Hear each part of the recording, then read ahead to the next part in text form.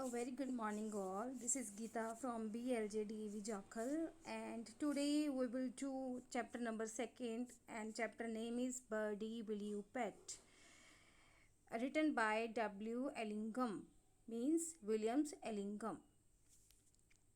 This poem is based on conversation. Basically there is a conversation between a child and a bird.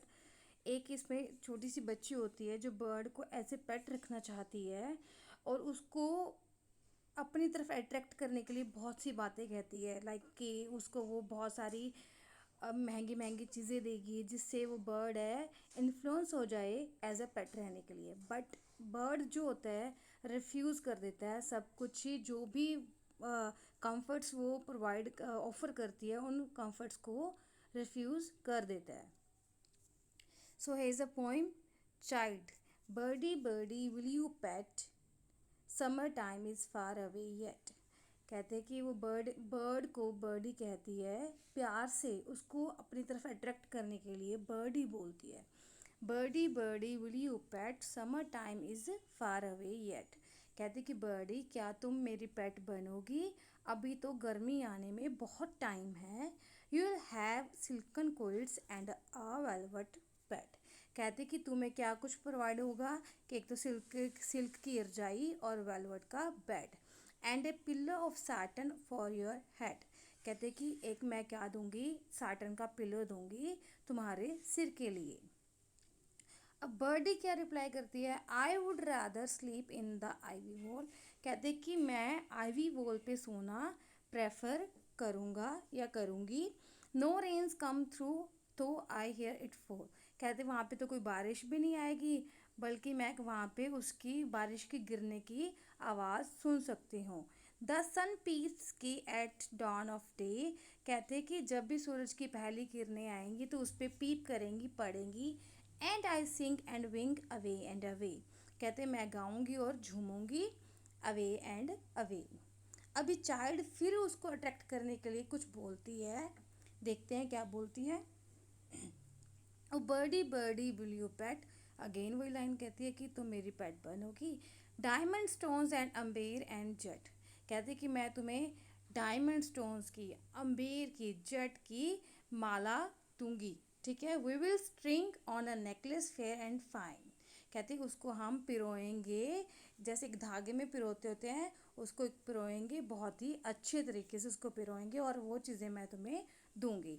अब यहाँ पे अम्बीर का meaning क्या है, एक ब्राउन काइंड ऑफ सब्सटेंस होता है जो एक ज्वेलरी बनाने के लिए काम आता है। और जेट भी क्या होता है, एक सब्सटेंस ऐसा होता है जो ज्वेलरी बनाने के लिए काम आता है। We will string on a necklace fair and fine to please this pretty bird of mine. उसको खुश करने के लिए कि वो बर्ड खुश होके मेरा बन जाए, तो उसको कहते हैं कि तुम्हें डायमंड स्टोन्स का, अम्बेर का, जेट का एक नेकलेस, अच्छा सा नेकलेस बना के देंगे। Oh thanks for diamond. कहते बर्ड अब कहता है कि नहीं, oh thanks for diamond and thanks for jet.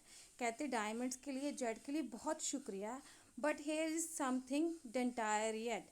कहते इससे भी कुछ प्रीटी और स्मॉल सा बहुत कुछ है। And feather necklace round and round, वो फेदर नेकलेस को प्रेफर करती है rather than diamond stones, amber और जेट की। Then that I wouldn't sell it for 1,000 pound. मैं तो कहती इस चीज़ को 1,000 पाउंड में भी सेल ना करूँ। Child, a birdie birdie wouldn't you pet. अब उसकी थोड़ी सी होप जो होती है डाउन हो जाती है, कहती है कि क्या तुम मेरी पेट नहीं बनोगी। Will buy a dish of silver fret. कहते कि तुम्हारे लिए एक सिल्वर फ्रेट का बर्तन खरीदेंगे हम। सिल्वर फ्रेट क्या होता है कि जो चांदी की तारों से बर्तन बना होता है। और गोल्डन कप और एंड अ आइवरी सीट। कहते गोल्डन कप होगा तुम्हारे लिए और आइवरी सीट जो हाथी के दांतों से बनी होती है, क्योंकि हाथी के दांत जो होते हैं बहुत महंगे मिलते हैं, तभी उसको वो ऑफर करते हैं कि आइवरी की सीट होगी। And a carpet soft beneath your feet. और जो सॉफ्ट कारपेट होगा तुम्हारे पैरों के नीचे। कहते कि तुम्हारे पैरों के लिए सॉफ्ट सा कारपेट होगा। अभी बर्डी इन चीज़ों को रिफ्यूज़ करता हुआ क्या बोलता है, can running water B drunk from gold. कहते हैं कि जो बहता हुआ पानी है वो गोल्ड कप से पिया जा सकता है, गोल्डन कप से।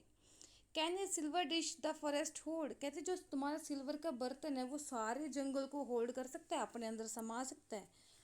अ rocking twig is the finest chair, कहते जो रोकिंग ट्विग होती है, ट्विग क्या होती है, जो स्मॉल टहनी होती है, एक तो ब्रांच होती है, उससे जो पतली वाली टहनी होती है उसको हम ट्विग बोल देते हैं।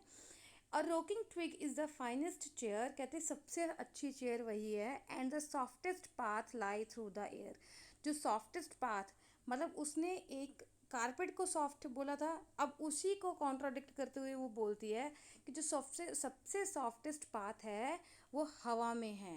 Good bye to my lady fair, तो उसके बाद वो क्या बोलता है, इतना कह के वो गुड बाय करके उस लड़की को चला जाता है। इट लास्ट, जो बर्ड है वो प्रेफर करता है, it prefers freedom rather than all the comforts offered by a child, तो उसको आज़ादी से प्यारा कुछ भी नहीं होता है। That is why at the end he it refused all the comforts. Okay, that's it for today, ये आपका चैप्टर है। Till that, good bye, have a great time.